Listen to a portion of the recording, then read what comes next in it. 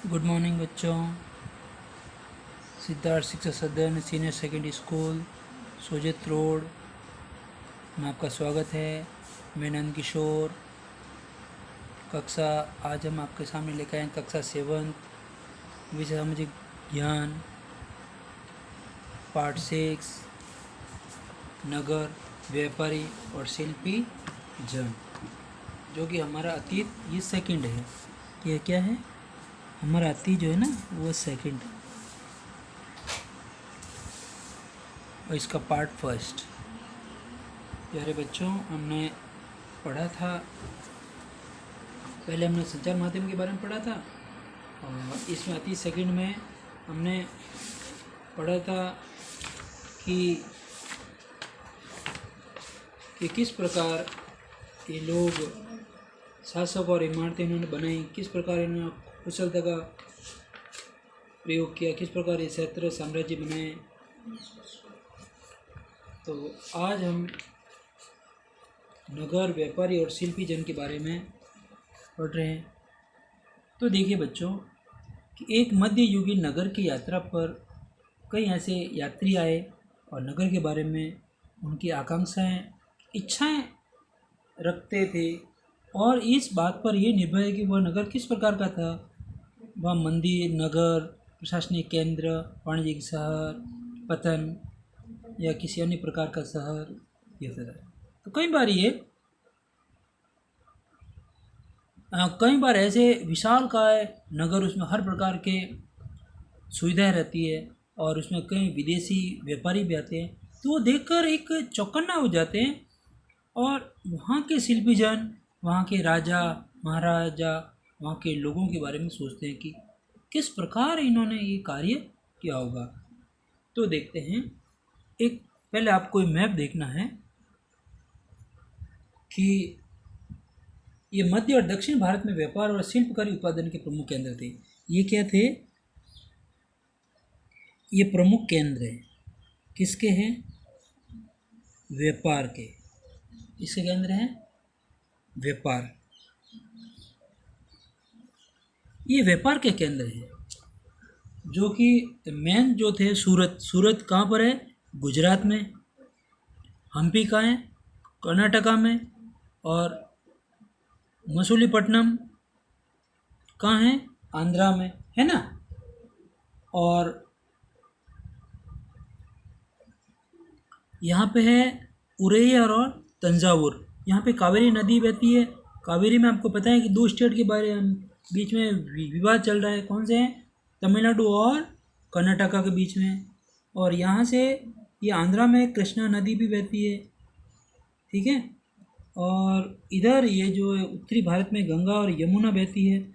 और यमुना की आपको पता ही है सहायक नदी चंबल है और गंगा की सोन नदी है, ठीक है। और इधर देखा जाए तो राजस्थान में अगर देखा जाए तो अजमेर में पुष्कर भी है। और ये जो है एरिया एक सोमनाथ का पता है ना, मंदिर जिसको मोहम्मद गजनवी ने 17 बार लूटा था। तो यहाँ पे कई ऐसे व्यापारिक नगर है। तो यहाँ पे कई नगर तो एक साथ अनेक प्रकार के थे। वे प्रशासनिक नगर और मंदिर नगर होने के साथ साथ वाणिज्यिक कार्यकलापों तथा शिल्प उत्पादन के केंद्र भी थे, जो कि मध्य और दक्षिण भारत में व्यापार और शिल्पकारी उत्पादन केंद्र थे, ठीक है।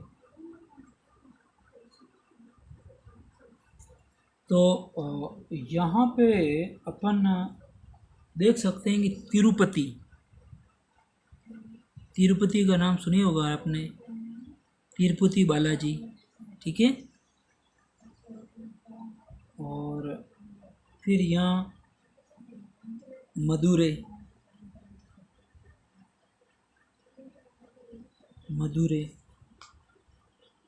ठीक है।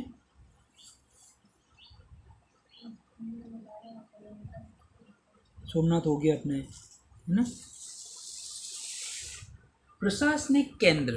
चोल राजाओं की राजधानी तंजावुर। क्या है? तंजावुर।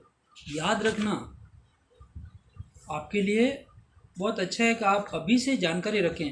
आप चाहे साइंस लो, मैथ्स लो, कॉमर्स लो, लेकिन जीके का आपको पक्का ध्यान रखना है कि जीके आपके लिए हर सब्जेक्ट में काम आने वाला है। अब चोल राजा जो थे वो दक्षिण में थे। क्या थे? चोल राजा दक्षिण में थे। और दक्षिण में चोल राजाओं की राजधानी थी तंजावुर। तंजावुर जो कि आप देखते हैं कि तमिलनाडु, आंध्रा, तेलंगाना और तमिलनाडु। अभी तमिलनाडु में थी उरेयर और तंजावुर। ये तंजावुर किन की राजधानी थी? चोल राजाओं की। चोल राजाओं की राजधानी थी, चोल राजाओं की राजधानी तंजावुर, जो कि वर्ष में 12 महीने बहने वाली कावेरी नदी। नाम याद आया? कावेरी नदी। कावेरी नदी दो राज्यों के बीच में आज भी विवाद चल रहा है। आज भी विवाद चल रहा है, जो तमिलनाडु और कर्नाटक के बीच में, क्योंकि कर्नाटक का ऊपरी हिस्सा और नीचे वाला हिस्सा है तमिलनाडु का। तो इस प्रकार कावेरी नदी इस सुंदर नगर के पास बहती है। कौन सा सुंदर नगर? तंजावुर। अब यहाँ के राजा राज चोल द्वारा एक निर्मित मंदिर बना था, राज राजेश्वर मंदिर। कौन सा मंदिर? राज राजेश्वर मंदिर की घंटियाँ बजती हुई सुनाई देती हैं। ये राज राजेश्वर मंदिर किसने बनाया? राजा राज चोल द्वारा निर्मित है ये मंदिर। ठीक है। और ये कहाँ है? तंजावुर में। और तंजावुर कहाँ है? तमिलनाडु में। तमिलनाडु की राजधानी चेन्नई। लोग नगर के वास्तुकार। अब जो ये तंजावुर जो नगर है और यहाँ के राजा जो राजेश्वर राजा चोल ने एक राजेश्वर मंदिर बनाया, इसके वास्तुकार कौन है? लोग नगर के वास्तुकार कुंजर मलन राज पेरुथचन। वास्तुकार का नाम क्या है? जो आर्किटेक्ट था उसका नाम क्या है? कुंजर मलन राज पेरुथचन की वास्तुकला की प्रशंसा करते हुए नहीं थकते हैं। इतना बढ़िया इन्होंने यह वास्तुकला का प्रयोग किया। नगर में अनेक राजमहल है। क्या है? अनेक राजमहल है। राजमहल है राजा के महल, राजा के महल। मैं तो कहता हूँ कि जो आज का अखबार है, आज के अखबार को भी अगर आप पढ़ते हो, उसमें देखते हो कि आज क्या क्या हुआ, तो रोज के अगर 5 क्वेश्चन भी देख लो वो भी बहुत है। तो इस प्रकार नगर में अनेक राजमहल है जिसमें कई मंडप बने हुए हैं। ये जो भाग होता है इस प्रकार, ये जो बीच वाला जो भाग होता है वो इस प्रकार, राजमहल में कई मंडप भी बने हुए होते हैं। राजा लोग इन मंडपों में अपना राज दरबार लगाते हैं। इन मंडपों में क्या करते हैं? अपना राज दरबार लगाते हैं। यहीं से वे अपने अधीनस्थों के लिए आदेश जारी करते हैं। यहीं से वे क्या करते हैं? अपने अधीनस्थों के लिए आदेश जारी करते हैं। नगर में सैन्य शिविर भी बने हुए हैं। नगर में क्या है? सैन्य शिविर भी बने हुए हैं। सैन्य शिविर यानी कि सैनिकों के रहने व युद्ध तैयारी के लिए शिविर बने हुए और अस्त्र शस्त्र रखने के लिए शिविर बने हुए। नगर की व्यवस्था, नगर उन बाजारों की हलचल से भरा हुआ होता है जहाँ पर, देखो नगर की व्यवस्था कैसी थी कि जहाँ अनाज, मसालों, कपड़ों और आभूषणों की बिक्री, और मार्केट में क्या होता है कि मसालों, कपड़ों, आभूषण यानी गहने की बिक्री होती हैं। नगर के लिए जल की आपूर्ति कहाँ से होती है? कुओं और तालाबों से होती हैं। तो इस प्रकार देखा गया कि नगर के जो बाज़ार होते हैं वहाँ बहुत ज़्यादा हलचल होती है, क्योंकि वहाँ अनाज के भंडार हैं, वहाँ मसालों, कपड़ों इत्यादि और आभूषण जो गहने होते हैं उनकी भी बिक्री होती है। वहाँ बेचने के लिए व्यापारी लोग आते हैं, वहाँ बेचते हैं। और नगर के लिए जल की आपूर्ति कहाँ से होती है? कुओं और तालाबों से भी होती हैं। तो अब देखिए कि तंजावुर और उनके निकटवर्ती तंजावुर और उरेयूर के सालिए बुनकर। ये बुनकर क्या होते हैं पता है आपको? जो कपड़े बुनने वाले होते, कपड़े बनाने वाले, बुनकर इन्हीं कपड़े बनाने वाले। अब ये उरियर के सालिए बुनकर जो है मंदिर के उत्सव के लिए झंडियाँ बनाने का कपड़ा और राजा और अभिजात वर्ग के लिए बढ़िया सूती वस्त्र और जनसाधारण के लिए मोटा सूती वस्त्र तैयार करते हैं। देखो ये जब भी मंदिर में जो उत्सव होते थे वहाँ पे जो झंडे वगैरह लगाए जाते, झंडे लगाए जाते, उनका कपड़ा भी झंडा के लिए तैयार करते थे। और राजा और अभिजात वर्ग, अभिजात यानी कुलीन वर्ग,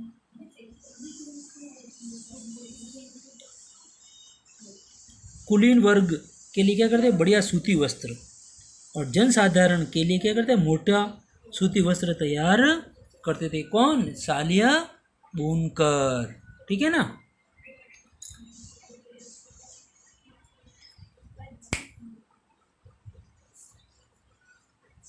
अब देखिए स्वामी मल्लई में स्थापित यह मूर्तिकार उत्तम कांस्य मूर्ति तो लंबे सुंदर घंटा धातु के दीप बनाते थे। स्वामी मल्लई जो स्थान है वहाँ पे ये क्या करते थे? स्वामी मल्लई में जो कि स्वामी मल्लई कहाँ है पता है आपको? ये है कर्नाटका में। स्वामी मल्लई कहाँ है? कर्नाटका।